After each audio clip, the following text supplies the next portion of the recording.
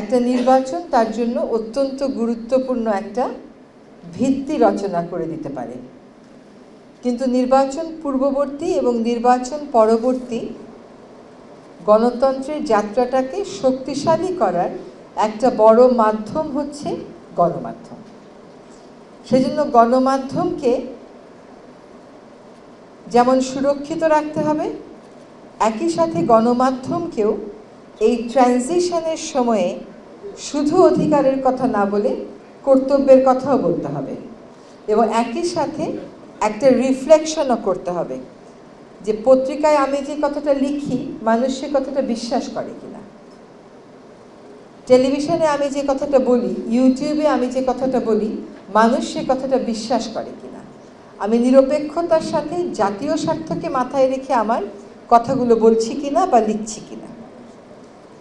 আপনাদের মনে আছে যে জুলাই অগস্ট গণ অভ্যুত্থানের সময় বা তার আগে পরে একটা পর্যায়ে দেখা গেল যে অনেক প্রাইভেট টেলিভিশন চ্যানেলের সংবাদের দিকে মানুষের আগ্রহ কমে গেছিল। তার কারণ হচ্ছে মানুষ যে সংবাদটা খোঁজে আমি সে সংবাদটা দিতে পারি নাই। তো এই সবগুলোকে মাথায় রেখে আমাদের কিন্তু আমাদের নিজেদের ব্যাপারেও প্রতিফলন করতে হবে।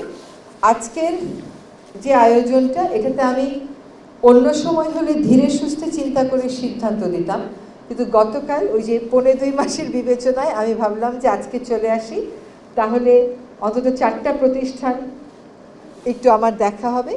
সবচেয়ে বড় কথা, বাংলাদেশের বিভিন্ন 19টি জেলা থেকে আগত সংবাদ কর্মীদের সাথে আমার একটা সামনাসামনি পরিচয় হবে। আপনাদের অনেকের সাথে আমার পরিচয় হয়তো আছে, অনেক মুখকেই চেনা লাগছে, কিন্তু এখনকার পরিচয়টা তো প্রাতিষ্ঠানিক, ফলে এটা জরুরি মনে করেছি। অবশ্যই আমাদের যেরকম বার কাউন্সিল তার একটা মেকানিজম আছে, বিভিন্ন পেশাজীবীদের, বিশেষ করে যারা বিভিন্ন ঝুঁকিপূর্ণ কাজের সাথে থাকে, সেই ঝুঁকিপূর্ণ কাজের সাথে জড়িত সকলকেই ক্রমান্বয়ে একটা ওয়েলফেয়ার মেকানিজমে, একটা সাপোর্ট মেকানিজমে নিয়ে আসা এটা রাষ্ট্রের দায়িত্ব। রাষ্ট্র এটা শুরু করেছে। রাষ্ট্র, যেটা বললাম যে গণতান্ত্রিক সমাজ ব্যবস্থায় গণতন্ত্রের কথা বিবেচনা করেই সাংবাদিকদেরকে আমাদেরকে এই সুরক্ষাটা দিতে হবে। একই সাথে সাংবাদিক এবং সাংবাদিকতাকেও এটা মনে রাখতে হবে যে সমাজ যেন সবসময় এই সুরক্ষার পক্ষে থাকে। সমাজ কখন এই সুরক্ষার পক্ষে থাকবে, সমাজ কখন এই সুরক্ষা বাড়ানোর পক্ষে থাকবে, যখন আমরা আমাদের উপর দায়িত্ব গণতান্ত্রিক কাজটা সম্পন্ন করি। তো আপনারা 10 কোটি টাকার কথাটা শুনলাম, এটা শুনে আমার মনে হলো যে এটা আসলে খুবই ইনসিগনিফিকেন্ট, খুব একটা তাৎপর্যপূর্ণ কিছু না। এবং এই সময়ে বা আগামী সময়ে যখন আমরা গণতন্ত্রের ট্রানজিশন বা যাত্রার দিকে যাব, সে সময়টা যেহেতু 16 বছরের একটা শাসন ব্যবস্থার অবসান ঘটিয়েছে, সেখান থেকে গণতন্ত্রের পথে যাত্রা এটা সবসময় একই রকম মসৃণ নাও হতে পারে। এটার প্রাথমিক একটা আঘাত সাংবাদিকদের উপর এসে পড়তেই পারে।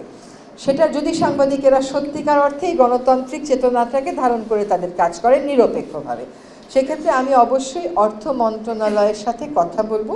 আমি আপনাদের এখানে বসেই, এই যে এখানে কতগুলো পয়েন্ট আমাকে দেয়া হয়েছিল, আমি ভাই গাড়ি আর অ্যাম্বুলেন্স আর হাসপাতালের দিকে এখন যেতে পারবো না, আমার সেই সময়টা নাই, বা সরকারেরও নীতিগত সেই সিদ্ধান্ত গ্রহণের সময়টা নেই, আর আমি রাজনীতি করতে আপনাদের এখানে আসি নাই। যেটুকুন কাজ করতে পারবো সেটুকুনি করার চেষ্টা করে যাব।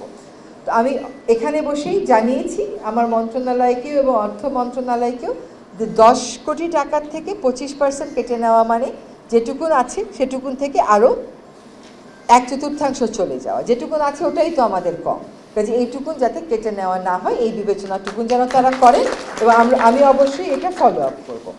আরেকটা হচ্ছে, আমি 3টা আইনের কথা বলি, আমি কথা দিচ্ছি না, আমি চেষ্টা করব সেটুকুন কথা দিচ্ছি। একটা হচ্ছে সম্প্রচার নীতিমালার তো আসলে কোনো আইনগত ভিত্তি নাই, আমরা সম্প্রচার নির্দেশিকা এবং সম্প্রচার কমিশন আইন এরকম একটা কিছু করা যায় কিনা সেটা চেষ্টা করব। আমরা চেষ্টা করব কোনো একটা গণমাধ্যমের, সরকারি গণমাধ্যমের স্বায়ত্তশাসনের আইনগত ভিত্তি তৈরি করা যায় কিনা সেটা দেখতে। আমরা একই সাথে চেষ্টা করব যে যে গণমাধ্যম কমিশনের কথা বলা হচ্ছে, আমরা অনেক সময় স্বাধীন শব্দটার প্রতি খুবই ঝুঁকে পড়ি। স্বাধীন বললেই কি মানুষ স্বাধীন হয়? স্বাধীন আগে নামের আগে লিখে দিলেন স্বাধীন হয়ে গেল? আপনার গঠনটা এবং কাজগুলো এমনভাবে ডিফাইন করতে হবে যেটা আসলে সমাজে একটা তাৎপর্য রাখবে। তো এই তিনটে আইন নিয়ে আমি কাজ শুরু করব। আমি আবার বলছি যে আমি কাজ শুরু করব, আমার জায়গা থেকে আমি করার চেষ্টা করব। তারপরে এটা উপদেষ্টা মণ্ডলীর সিদ্ধান্ত, তারপরে এটা পরবর্তী রাজনৈতিক সরকার এসে ধারাবাহিকতা রাখবে কিনা সেটার সিদ্ধান্ত। কিন্তু এই কাজগুলো আমি আমার মতন করে করার, মানে আমার পর্যায় থেকে করার চেষ্টা করব। আর নিজস্ব একটা ব্যক্তিগত উপলব্ধি, আজকে এখানে এসে আমি অবশ্যই আপনাদের সাথে পরিচিত হতে পেরে আনন্দিত হয়েছি, কিন্তু আজকে এখানে যারা চেক নেবেন তারা বিভিন্ন রকমের বিপদের মধ্যে আছেন।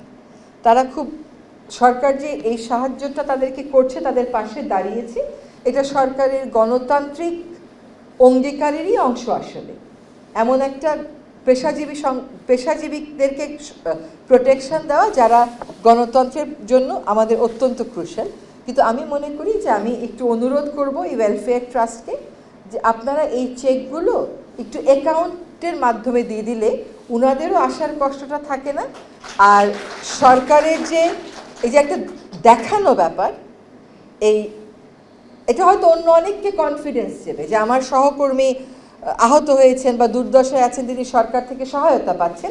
এটা হয়তো অন্যদেরকে একটা কনফিডেন্স দেবে, এটাও সত্য কথা। কিন্তু সেই কনফিডেন্স বিল্ডিং মেকানিজমটা আমরা হয়তো অন্যভাবেও করতে পারি। আপনাদেরকে যাতে কষ্ট করে আসতে না হয়, বিভিন্ন জটিলতায় পড়তে না হয়, সেটা আমি মানে বিষয়টাকে আমরা শোভন পর্যায়ে রাখি, লোক দেখানো পর্যায় থেকে সরিয়ে শোভন পর্যায়ে নিয়ে আসার জন্য আর কিছু করার আছে কিনা ওয়েলফেয়ার ট্রাস্টকে বলবো সেটা একটু আপনাদেরকে নিয়ে বিবেচনা করতে। সকলকে অনেক ধন্যবাদ। আজকে যারা এখানে এসেছেন, আপনারা যে বিপদের সম্মুখীন আছেন, আল্লাহ তাআলা সেই বিপদ আপনাদেরকে কাটিয়ে দিতে সহায়তা করুন। আপনারা আবারও সুস্থ এবং স্বাভাবিক জীবনে ফিরে আসেন সেই কামনা।